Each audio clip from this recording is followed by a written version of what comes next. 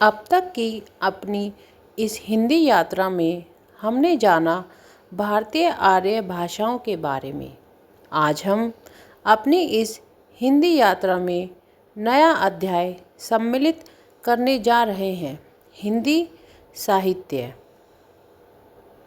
हिंदी साहित्य जो कि 4 भागों में विभाजित है, जिसमें पहला है आदिकाल, दूसरा है भक्तिकाल, तीसरा है रीतिकाल और चौथा आता है आधुनिक काल।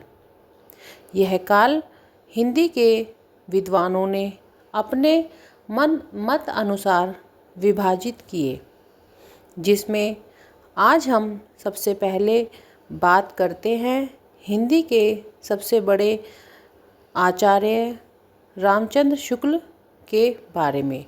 उन्होंने हिंदी का विभाजन जो किया वह इस प्रकार है। उन्होंने आदिकाल को वीरगाथा काल कहा, पूर्व मध्यकाल भक्तिकाल, उत्तर मध्यकाल रीतिकाल, आधुनिक काल जिसे उन्होंने गद्यकाल कहा। उनके बाद हम बात करते हैं हिंदी के दूसरे आचार्य हजारी प्रसाद द्विवेदी, जिनके अनुसार हिंदी साहित्य का काल विभाजन इस प्रकार है। आदिकाल संवत 750 से 1000 तक, भक्तिकाल संवत 1350 से 1700, रीतिकाल संवत 1700 से 1900 और आधुनिक काल संवत 1900 से आज तक। आगे बात करते हैं डॉक्टर बच्चन सिंह के अनुसार, जिन्होंने आदिकाल को अपभ्रंश काल की संज्ञा दी।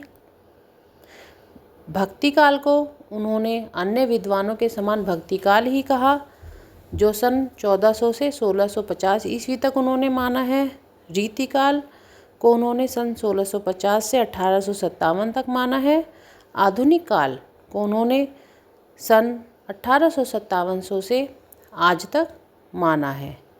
इसके बाद भी कई और विद्वान हैं जिन्होंने हिंदी के काल का विभाजन किया, जिनमें प्रमुख है मिश्र बंधु, जॉर्ज ग्रियर्सन, गणपति चंद्र गुप्त और डॉक्टर रामकुमार वर्मा।